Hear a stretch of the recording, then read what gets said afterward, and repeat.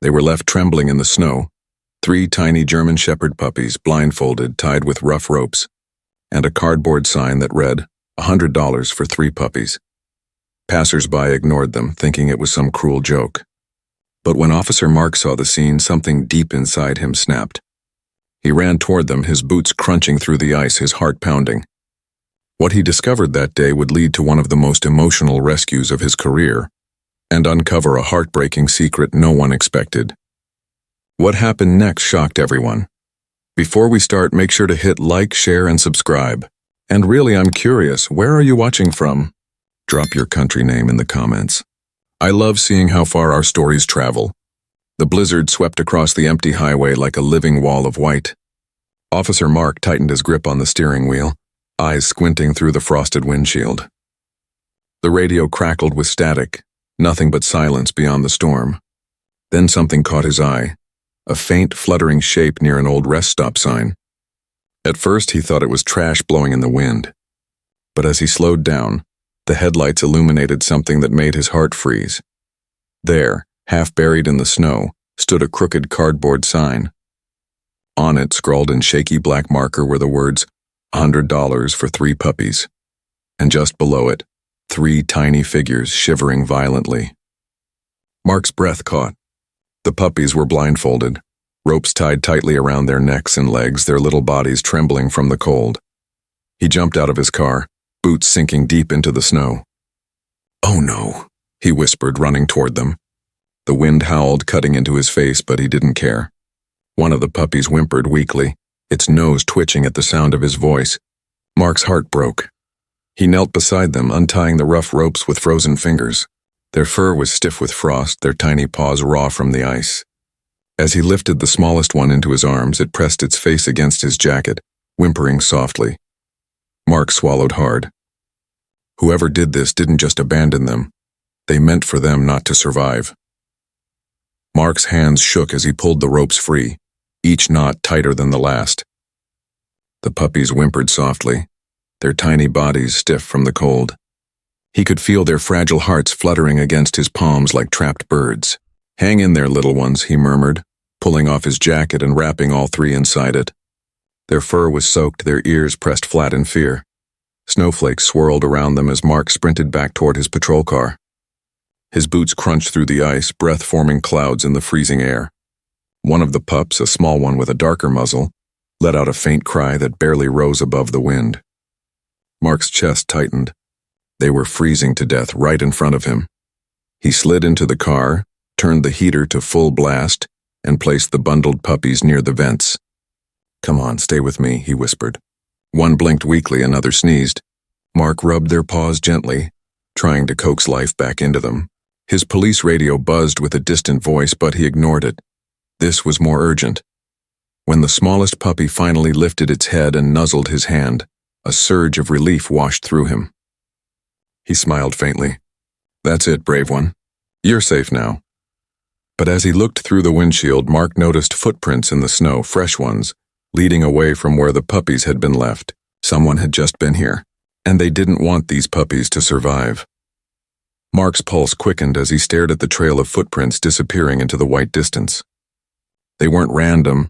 Whoever left the puppies had walked away carefully, deliberately. He crouched down, brushing aside snow to get a closer look. The prints were deep, heavy, and recent. Whoever it was hadn't been gone long. He grabbed his radio. "Dispatch, this is Officer Mark. I've got signs of illegal animal abandonment near the old rest stop off Route 19. I'm requesting backup and animal control." Static crackled before a voice replied, "Copy that. Units en route." Mark stood, eyes scanning the tree line. Something about the scene didn't feel like ordinary neglect. The puppies weren't just dumped. They'd been displayed like someone wanted to sell them here. He turned back to the cardboard sign, its message, $100 for 3 puppies, mocking him under a thin layer of frost. He took photos of the area, then followed the tracks a few steps forward before they vanished into tire marks. Someone had driven off minutes ago. Mark clenched his fists. Whoever did this wasn't just heartless, they were running an operation, and he was going to find out who. The wail of sirens faded behind him as Mark pulled into the small-town animal shelter. The warmth inside was a sharp contrast to the biting cold outside. He carried the 3 bundled puppies in his arms, their tiny bodies pressed close to his chest for heat. "Emergency intake," he called out as soon as he entered. The shelter staff rushed forward, gasping at the sight. One of the caretakers, a middle-aged woman named Sarah, gently took one of the pups from his jacket. "Dear God, who would do this?" she whispered, her voice trembling. Another worker quickly brought towels and a heating pad. The smallest puppy, the one with the darker muzzle, barely moved. Mark's heart twisted as Sarah placed it under a warm lamp. "They're purebred German shepherds," Sarah murmured after a closer look. "But way too young to be separated. Maybe 5-6 weeks old?"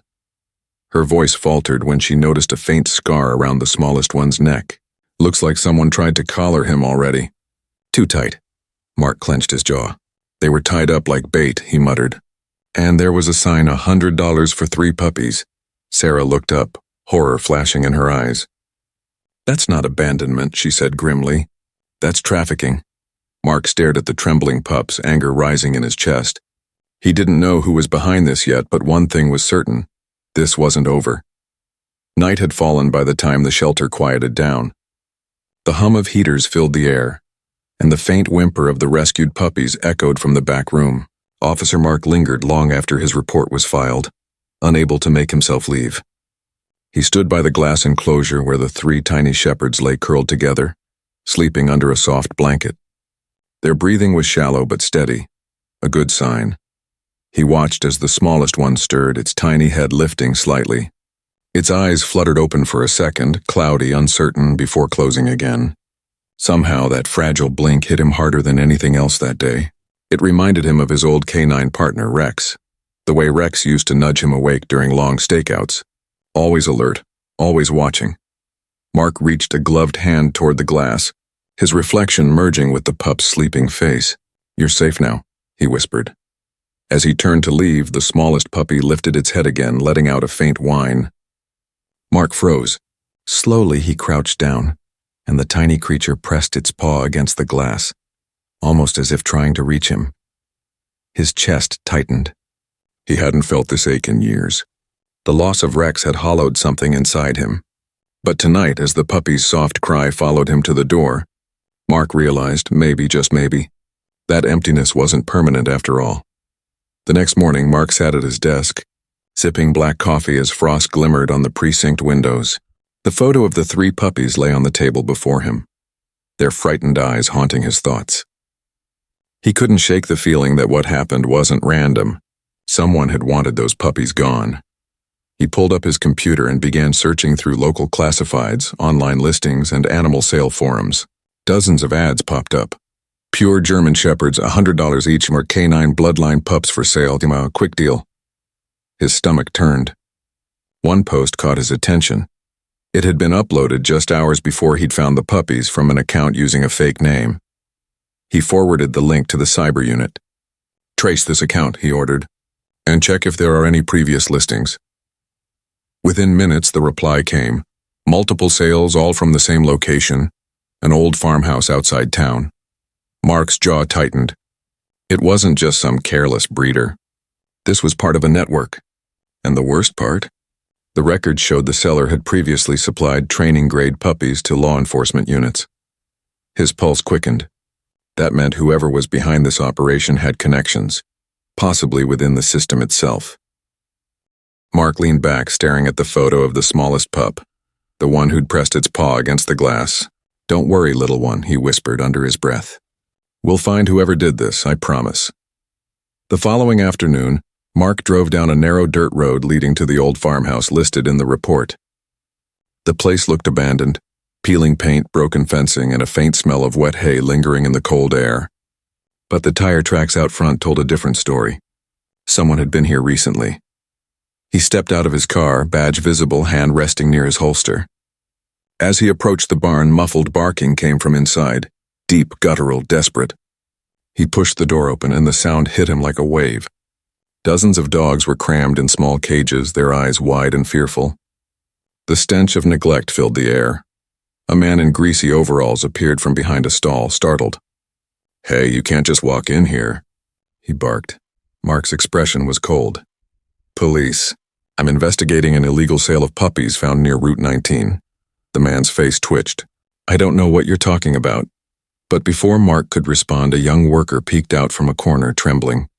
"Sir, those pups you found, they came from here." The older man spun around, glaring. "Shut your mouth." Mark's voice hardened. "Keep talking." The worker swallowed hard. "They weren't supposed to be sold. They're from a retired K9's litter. The boss didn't want anyone to know." Mark froze. His pulse thundered in his ears. "A K9's litter?" he repeated quietly. The worker nodded. "Yeah. The dog's name was Rex." The name hit Mark like a punch to the chest. Rex. For a moment, the world around him went silent. No barking, no wind. Just the echo of that single name reverberating in his mind. He turned slowly toward the trembling worker. "Did you say Rex?" His voice cracked slightly, disbelief lacing every word. The young man nodded nervously. "Yeah, he was some kind of police dog, right? The breeder said he used to work for the department before he got injured." Those puppies were his. Mark's breath caught. Memories flooded in. The long nights on patrol, Rex's alert bark that had once saved him from an ambush, the way his partner would rest his head on Mark's knee after every shift. Rex wasn't just a K9. He was family. 2 years ago, Rex had died in Mark's arms during a warehouse raid, shielding him from gunfire. Mark had blamed himself ever since, carrying that guilt like a shadow. Now, standing in that filthy barn, he realized a part of Rex had lived on, and had been treated like disposable property. Mark's fists clenched.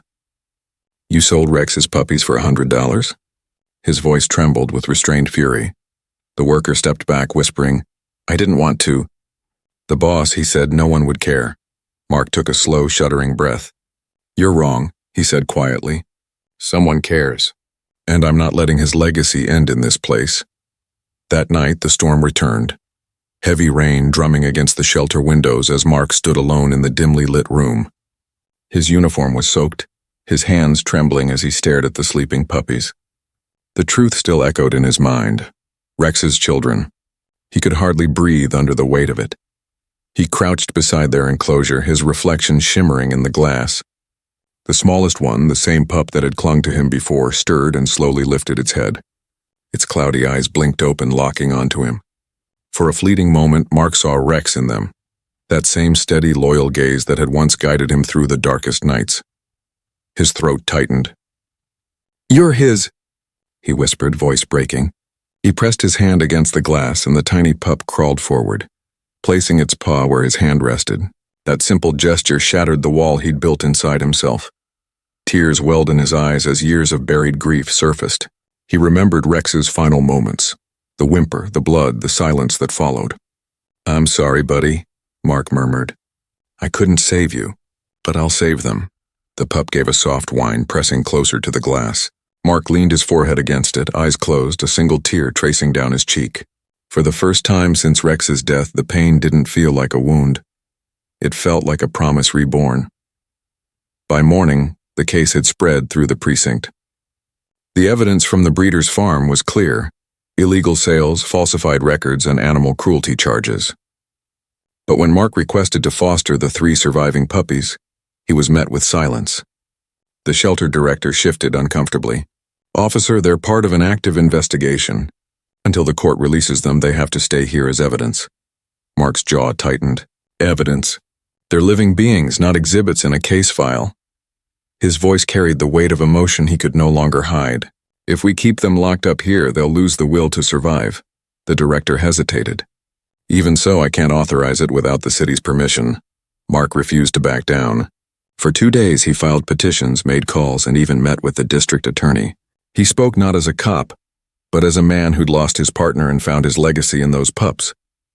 "They deserve a home," he argued, "and I can give them one." Finally, after what felt like an endless wait, the approval came through. Temporary foster custody granted. When Mark returned to the shelter, the smallest puppy wagged its tail weakly at the sound of his voice. He knelt down, smiling for the first time in days. "Come on, little heroes," he whispered, scooping them into his arms. "You're coming home." As he carried them out, the snow outside had stopped. For Mark, it felt like the storm within him had too. Mark's home, once silent and cold, came alive with the sound of tiny paws. The 3 puppies explored every corner, stumbling over rugs, sniffing furniture and curling up wherever the sunlight touched the floor. For the first time in years, laughter returned to those walls. Mark sat on the couch watching them tumble and play, a faint smile softening his tired features. He named them Shadow, Bolt, and Luna. Shadow, the smallest, never left his side. Wherever Mark went, kitchen, porch, even the shower door, the little pup followed faithfully, tail wagging with quiet devotion. "You really are your father's son," Mark would whisper, scratching behind his ears. Days turned into weeks, and the transformation was remarkable. The once frail puppies grew stronger, their coats shining, their eyes bright with curiosity. Every morning, Mark took them out to the yard, tossing a small ball, training them gently, teaching them simple commands. Shadow, in particular, seemed to understand faster, almost as if Rex's instincts lived within him. At night, when the house grew still, Shadow would crawl into Mark's lap, resting his head on his leg the same way Rex once did. Mark would stroke his fur, whispering softly, "You brought him back to me." Each day healed a little more of what Mark thought was gone forever, and though he never said it aloud, he knew deep down, Rex's legacy hadn't ended that night. It had only just begun. It had been nearly 2 months since Mark brought the puppies home.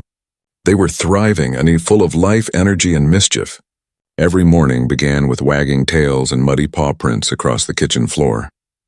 But one afternoon, as Mark returned from his shift, something felt off. The house was unusually quiet. He found Shadow lying near the window, his food untouched. His once bright eyes looked dull, and his tail barely moved when Mark called his name. Concern gripped him. "Hey, buddy. What's wrong?" he whispered, kneeling beside him. Shadow whimpered softly and rested his head on Mark's hand. Moments later, the phone rang. It was Sarah from the shelter. "Officer Mark, I wanted to let you know. The 2 other puppies, Bolt and Luna, have been adopted. Wonderful families took them today." Mark smiled faintly at first. That's great news. But as he hung up, he looked down at Shadow, still motionless, staring toward the door. Then it hit him. Shadow wasn't sick. He was grieving. For days, Shadow barely ate.